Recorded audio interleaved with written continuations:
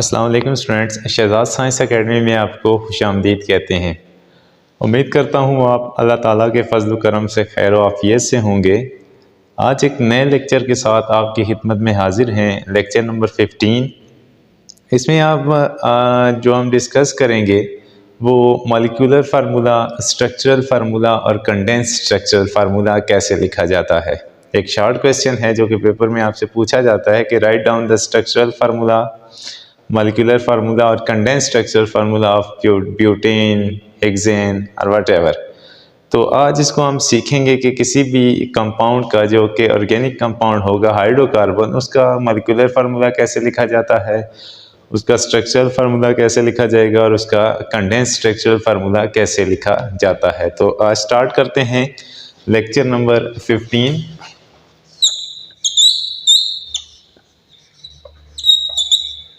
Lecture number 15।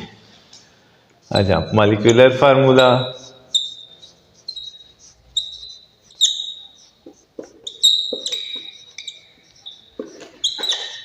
अच्छा उसके बाद इसका लिखेंगे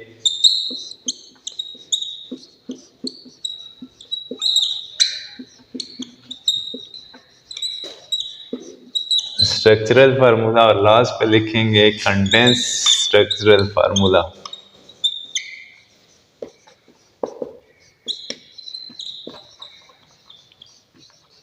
ठीक है। अच्छा, सबसे पहले molecular formula on the basis of किसी भी जो स्पीशी होगी, फैमिली होगी, उसका जनरल फार्मूला कैसे होगा। जैसे कि हम एग्जांपल में स्टार्ट करते हैं कि आपसे पूछा जाता है कि ब्यूटेन का जो मॉलिक्यूलर फार्मूला है वो लिखें। फॉर एग्जांपल आपसे पूछा जाता है ब्यूटेन,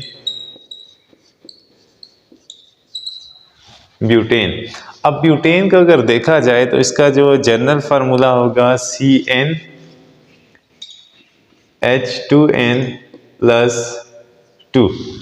तो इसके मुताबिक इसका जो फार्मूला बनता है C4H, 2 4s are 8 + 2 10 ब्यूटेन। अब इसका जो हमारे पास स्ट्रक्चरल फार्मूला बनेगा, सबसे पहले हम इसके कार्बन लगाएंगे। कितने कार्बन आते हैं? 1 2 3 8 4।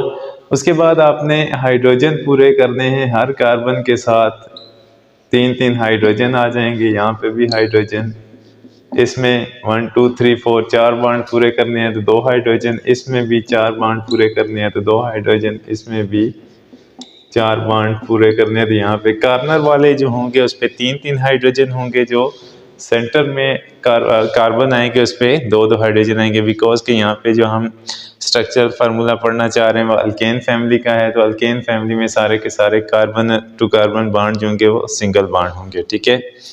अब अगर देखा जाए कंडेंस स्ट्रक्चरल फार्मूला में, तो सबसे पहले हम क्या करते हैं, 4 कार्बन दोबारा से लगाते हैं और देखा जाए तो यहाँ पे ये जो CH3 है, ये यहाँ पे CH2 बन रहा है, यहाँ पे CH2 बन रहा है, यहाँ पे CH3 बन रहा है। तो इसका मतलब है कि इसको कंडेंस, मतलब इसको हमने जोड़ के लिखना है कि हाइड्रोजन यहाँ पे कितने हैं। तो टोटल हाइड्रोजन यहाँ पे कितने हो गए? 3, यहाँ पे कितने आ जाएंगे? 2, यहाँ पे भी 2 और लास्ट पे फिर से 3 आ जाएंगे। तो यहाँ पे ब्यूटेन का जो मॉलिक्यूलर फार्मूला बनेगा C4H10, जो कि यहाँ पे गिवन है।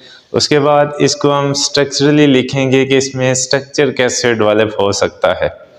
तो उस केस में दिस वन, और कंडेंस में मतलब हम इनको इकट्ठा करके लिख रहे हैं CH3 CH2 CH2 and last पे CH3। एक और कर लेते हैं, नेक्स्ट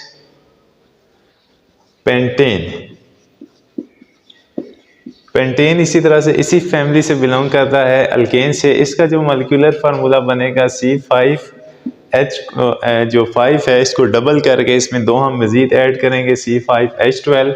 इसका अगर हम स्ट्रक्चरल फार्मूला डेवलप करना चाहते हैं तो 5 कार्बन लगाएंगे और उसके साथ हम क्या कर देंगे, हाइड्रोजन आपने पूरे करने हैं। क्योंकि ये अल्केन है तो carbon to carbon single bond होगा, और जो कार्बनर वाले कार्बन होंगे उसमें 3 हाइड्रोजन हमने लगाने हैं, और जो सेंटर वाले होंगे उसके साथ दो दो, क्योंकि यहाँ पे दो बॉन्ड ऑलरेडी प्रेजेंट हैं और दो हाइड्रोजन और लगेंगे तो कार्बन की वैलेंसी सेटिस्फाई हो जाएगी। और लास्ट पे दोबारा से कि 1 2 3 4 एंड 5।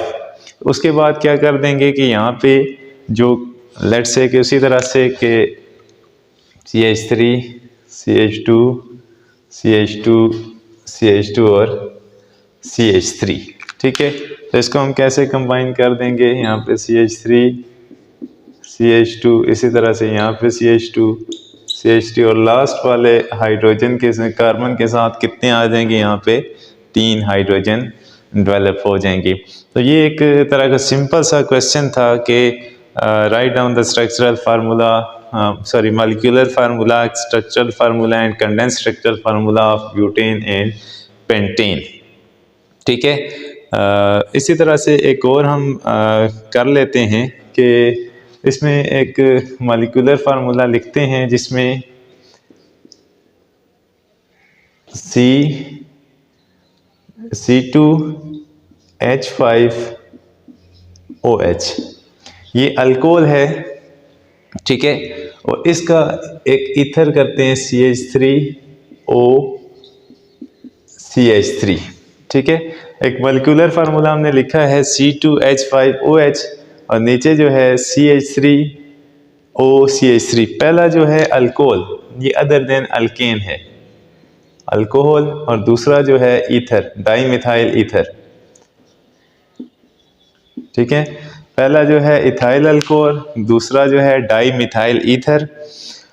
अब इसका अगर हम डेवलप करना चाहते हैं, इन दोनों को अगर देखा जाए तो इनका जो मॉलिक्यूलर फार्मूला बनता है C2H5+1 6 और O, इन दोनों का मॉलिक्यूलर फार्मूला C2H6O बनता है।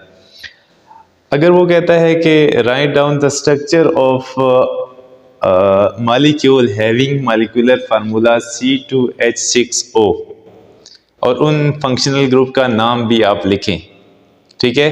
कि अगर दो कंपाउंड हैं उनका जनरल फार्मूला C2H6O है तो उन दोनों के आप स्ट्रक्चर भी लिखें और उनका नाम भी आप लिखें कि उनका जो फंक्शनल ग्रुप होगा वो कैसे होगा। तो यहाँ पे हम देखते हैं कि सबसे पहले C2, ठीक है, उसके बाद यहाँ पे OH, H5, H आपने कितने पूरे करने हैं 5, और यहाँ पे H, यहाँ पे H, और ये जो कंपाउंड डेवलप होगा दिस इज इथाइल अल्कोहल,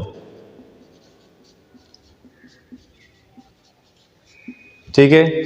उसके बाद दूसरा अगर देखें इसी का ईथर, तो वहाँ पे कितने कार्बन आ जाएंगे COC, और सेंट्रल जो टर्मिनल कार्बन होंगे उस पर आपने 3 हाइड्रोजन पूरे करने हैं। तो इसका नाम क्या बनेगा, डाई मिथाइल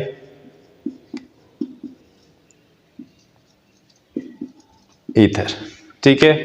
अब यहाँ पे मैंने बता दिया था कि यहाँ पे दो हमारे पास कंपाउंड हैं, इथाइल अल्कोहल और डाई मिथाइल ईथर, जिनका मॉलिक्यूलर फार्मूला सेम बनता है, लेकिन उनके जो स्ट्रक्चरल फार्मूले हैं वो ये हैं, और उनके बाद जो उनके कंडेंस स्ट्रक्चरल फार्मूले हैं वो ये गिवन है, ठीक है। These are condense structural formula जो लास्ट में हम लिखेंगे, जो पहले मैंने लिख दिए। इसमें इनका क्वेश्चन कैसे आ सकता है कि write down the structure of compound having molecular formula C2H6O। तो आपने इसमें दो स्ट्रक्चर लिखने हैं जिनका कंबाइनली जो मॉलिक्यूलर फार्मूला होगा वो C2H6O होगा।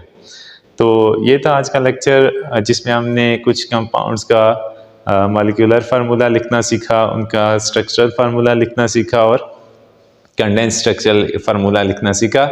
और एक और बात मैं आपको बताता चलूँ कि यहाँ पे जो इन दो के दरमियान आइसोमरिज्म भी पाया जाता है, जिसको हम क्या कहते हैं, फंक्शनल ग्रुप आइसोमरिज्म, जिसमें दो कंपाउंड के दरमियान डिफरेंट फंक्शनल ग्रुप हो। कि इसमें देखें तो OH फंक्शनल ग्रुप पाया जाता है और इसमें ईथर फंक्शनल ग्रुप पाया जाता है, लेकिन इनका जो मॉलिक्यूलर फार्मूला है वो सेम होता है। ऐसे कंपाउंड जिनका मॉलिक्यूलर फार्मूला सेम हो लेकिन उनमें फंक्शनल ग्रुप का डिफरेंस हो तो उन कंपाउंड्स को हम क्या कहते हैं, फंक्शनल ग्रुप आइसोमरिज्म। ठीक है, तो ये भी इसमें कॉन्सेप्ट है कि फंक्शनल ग्रुप आइसोमरिज्म हम किसे कहेंगे। ठीक है, अगर आपने कोई कॉन्सेप्ट पूछना हो, कोई लेक्चर लेना हो तो आप उसको कमेंट सेक्शन में ज़रूर बता सकते हैं। अगर आपको हमारी वीडियोस अच्छी लग रही हैं तो इनको लाइक शेयर करना मत भूलिएगा। नए लेक्चर में दोबारा हाजिर होंगे, तब तक के लिए अल्लाह हाफिज़।